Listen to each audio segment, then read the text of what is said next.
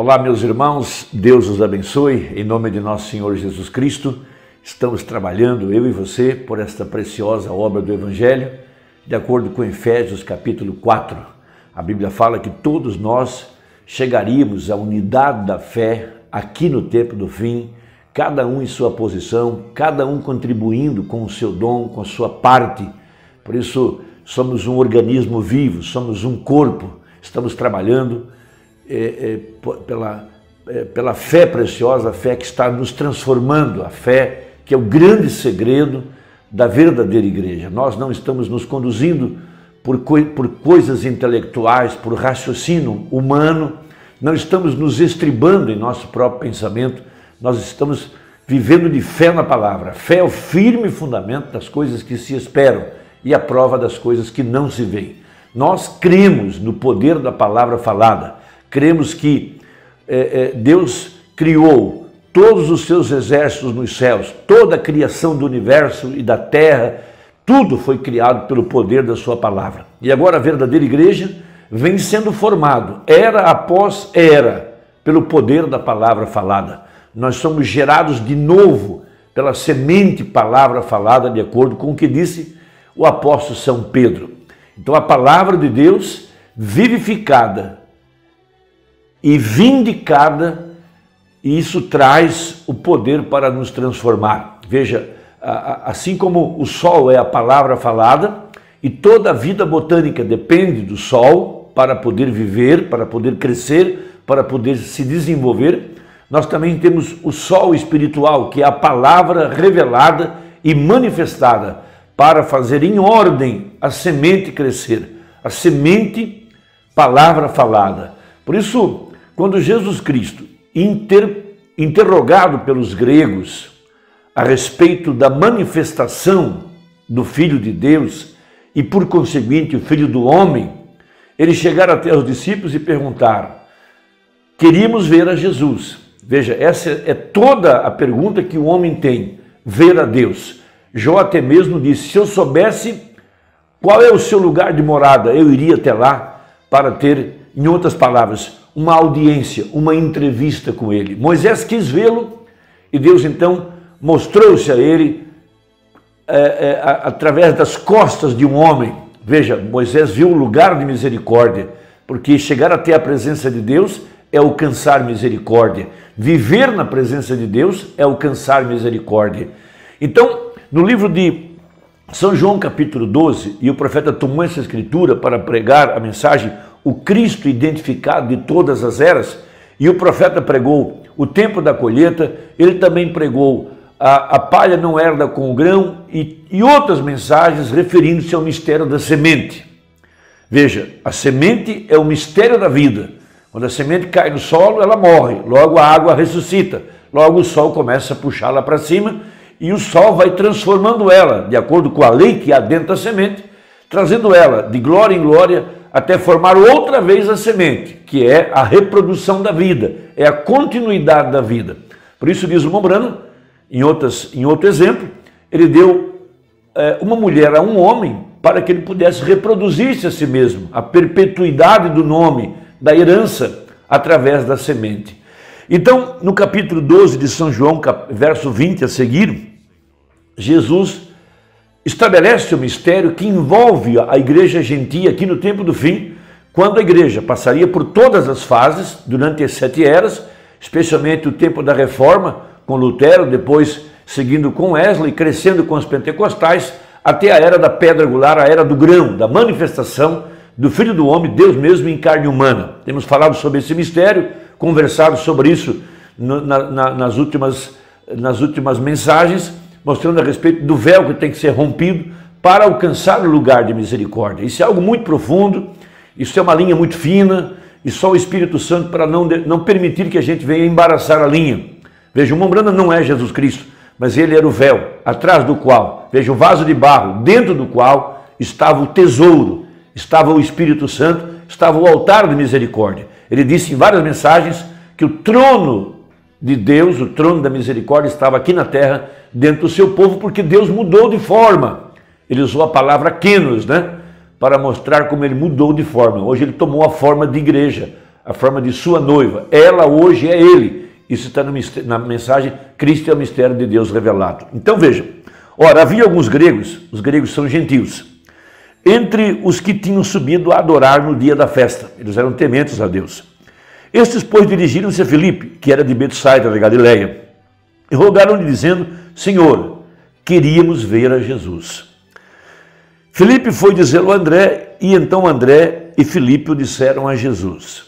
Veja, Jesus não foi atendê-los, não foi lá onde eles estavam para lhes conceder a audiência, mas Jesus lhes deu uma chave, uma parábola, um segredo. Veja, Jesus lhes respondeu dizendo: é chegada a hora em que o Filho do Homem há de ser glorificado. Na verdade vos digo que, se o grão de trigo caindo na terra não morrer, fica ele só, mas se morrer, dá muito fruto. Evidentemente que nós sabemos que esse grão era ele mesmo. Ele estava falando de sua morte e, por conseguinte, a sua ressurreição. E ele também havia dito que a igreja faria as mesmas obras que ele fez, passaria pelas mesmas etapas que ele passou, até formar-se aqui, no tempo da colheita, no tempo do fim. Veja, o grão maduro, que era a vida de Cristo reproduzida através de sua igreja outra vez. Esse é o grande plano da redenção. Deus e o homem se tornarem uma unidade só. Essa é a grande profecia, a unidade de um Deus numa única igreja, a unidade da fé, veja, a cabeça e o corpo se juntando nessa grande profecia aqui no tempo do fim. Então, no parágrafo 139 dessa mensagem, o Cristo identificado de todas as eras, veja, para mostrá-lo, o mesmo ontem, hoje e eternamente, para mostrar que o Jeová do Velho Testamento é o Jesus do Novo Testamento, então diz o profeta, ouçam, falando agora dessa escritura, os gregos falharam em vê-lo. Por quê? Então, senhores, nós gostaríamos de ver Jesus. Eles falharam em vê-lo porque ele estava vestido em seu templo humano, Deus num homem. Essa é a mesma coisa que aconteceu nos dias de Moisés, repetiu-se nos dias de Jesus e agora nos dias da vinda do Filho do Homem. Por isso, o profeta usava esse tema em suas campanhas. Jesus Cristo é o mesmo ontem, lá atrás, no tempo dos profetas, especialmente Moisés, foi o mesmo nos dias de sua vinda, aqui há 2000 anos atrás, e ele é o mesmo hoje e o será o mesmo eternamente. Vejam, carne humana foi o que os cegou, e eu digo que é a mesma coisa que tem cegado Laodiceia nesse dia. Veja, eles não podiam entender, você sendo um homem, faz a si mesmo Deus ou igual a Deus? Eles poderiam dizer. Ele disse, bem, se vocês podiam chamá-lo pela lei e as escrituras não podem ser rompidas, vocês podiam chamá-los deuses, o que eles eram, a quem a palavra de Deus vem. Veja, Moisés foi chamado de Deus, Jesus mesmo disse isso. Ele era Deus, enquanto a palavra estava velada atrás da pele humana dele, seu rosto brilhava. Ele foi e depositou a palavra lá atrás do véu, dentro da arca. A palavra estava velada até ser revelada. Logo depois que Moisés revelou a palavra, Moisés voltou a ser Moisés e saiu de cena. A mesmíssima coisa aconteceu com João Batista, a mesmíssima coisa acontece aqui no tempo do fim com o ministério do irmão Branham. 141. Então ele é a plenitude da palavra. A palavra era para aquele dia o Filho de Deus, o Redentor. Quando Deus, ele mesmo, ele veio sobre a terra e habitou num homem para tomar a morte sobre si mesmo, para redimir toda aquela árvore fora do jardim do Éden. Nós sabemos que a igreja, representada por Eva, foi colocada para fora do jardim do Éden. A árvore noiva, a restauração da árvore noiva. Essa é a profecia. Veja, aquela árvore fora do jardim do Éden, não a mulher, o homem, o segundo Adão que morreu e foi para o chão para trazer aquelas substâncias, amém? Aquelas folhas que caíram no passado, para gerá-las na ressurreição, quando poderia ser dito sobre isso, nos tomaria horas.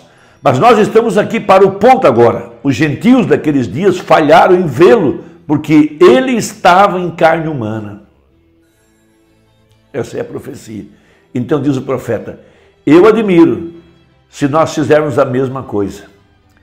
Eu me espantaria se cometêssemos o triste erro que eles cometeram, falhar em conhecê-lo. Veja, falhar em conhecê-lo. Irmão, isso é algo maravilhoso, porque ele era a palavra para aquela era, estava identificado num corpo humano. Um rapaz que não tinha nenhuma instrução, que nunca ouvimos indo para a escola, nós não tínhamos nenhuma credencial. Ele certamente saiu de qualquer organização daquele dia, nenhuma educação, nenhuma reputação de nada, mas um homem louco, um beberrão, um amigo de pecadores, um homem virando o mundo de cabeça para baixo, nascido ilegitimamente. Sua mãe estava grávida de um soldado e tomou seu nome como filho de Deus, ou chamando a si mesmo um profeta, este Galileu, assim chamado profeta, diziam eles. Eles tropeçaram na carne, tropeçaram no véu, tropeçaram no vaso de barro onde a palavra estava escondida. Veja, a árvore da vida, Jesus Cristo, que agora estava fora do jardim, estava bem na frente deles agora. A palavra feita carne. Veja, porém a palavra foi feita manifesta. Ele disse, tantos quantos o receberam, a esses ele concedeu o poder de se tornarem filhos de Deus. E assim é hoje, quando nós vemos este grande Espírito Santo movimentar feito manifesto. Veja, tantos quantos o receberam, a esses ele concedeu o poder de se tornarem filhos e filhas de Deus. Jesus Cristo, identificado, o mesmo, por sua palavra em cada geração. O título é O Cristo identificado de todas as eras. Então ele fala, amigos cristãos, eu quero perguntar-lhes, vamos parar de pensar por apenas um momento, é isto a verdade ou isto é um erro? É isto? Se isto for a verdade, nós devemos tudo a isso. Onde estamos indo? Onde é que se para isto? Como pode você estar certo de que você está correto? Agora, no princípio, ele era o verbo. E a palavra discerne os pensamentos dos corações. Isso se fez através dos profetas. Isso se fez através de Cristo. E ele prometeu isso nos últimos dias. Pois ele é o mesmo ontem, hoje e eternamente. Então, o ministério do profeta identificou o Cristo de todas as eras. Por isso eu sempre aconselho que você examine o final das mensagens, você verá a filha de oração, e ali estava o sinal messiânico que foi mostrado para Abraão, para a mulher do poço, para os apóstolos, e veja, por 2000 anos esse sinal não foi visto, nenhum gentil havia visto, mas Deus disse que como foi nos dias de Ló, assim seria nos dias da vinda do Filho do Homem. Irmãos, a promessa está cumprida. Os gregos falharam. Não vamos nós agora cometer esta falha. Que Deus possa abrir o véu do seu entendimento, como abriu do ladrão da cruz, como abriu da mulher samaritana. Se você for redimível, você então é chamado agora para ir além do véu, lá onde está o altar de misericórdia, a palavra que sangrou no Calvário. Que Deus te ajude, que Deus te abençoe. Compartilhe essa mensagem, vamos trabalhar juntos, a hora está terminando. Deus os abençoe e até a próxima conversa, em nome de Jesus. Amém.